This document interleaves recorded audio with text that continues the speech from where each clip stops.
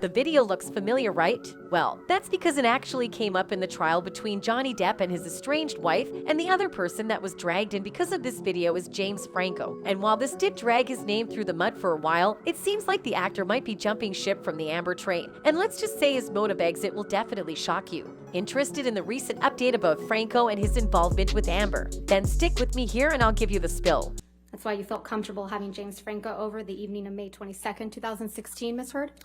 I do not know when James came over. And even though there is literally photographic evidence that she was with Franco, as was seen in the elevator, Amber still lied about it. And this, among several other things, is why people basically tagged Franco as being an accomplice of hers, subjecting him to some problems in the entertainment industry. Well, Franco has now made some big moves that changes everything, and Amber just might be the least of his problems. You see, around when the whole case between Depp and Heard started to gain major ground, Franco was pretty much out of the entertainment scene, which was understandable because the whole thing pretty much put dirt on his name, and the fact that people viewed him as supporting the actress didn't help things. Well, Franco has now made some major moves to change his situation and break back into the entertainment scene. As part of his return to acting, James Franco is set to play Fidel Castro in an upcoming biopic about the late Cuban leader's daughter. The film, titled Elena of Cuba, La Hija Rebelda, is still in pre-production, but Franco's involvement is already making waves. It will be one of his first acting roles since his name came up in the Depp-Heard case.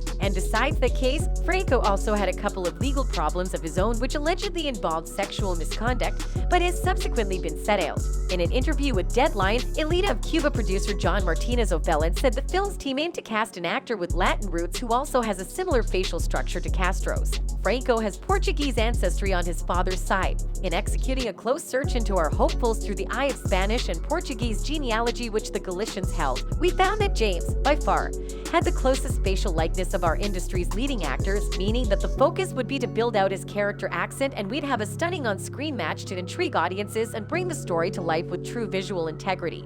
He said, focusing more on the upcoming project, IMDb reports that the film is about the life of Elena Fernandez, Castro's exiled daughter, who will be played by New Amsterdam actress Ana Villafane. Fernandez was born March 3, 1953, from Castro's affair with Natalia Revuelta, a cardiologist's wife.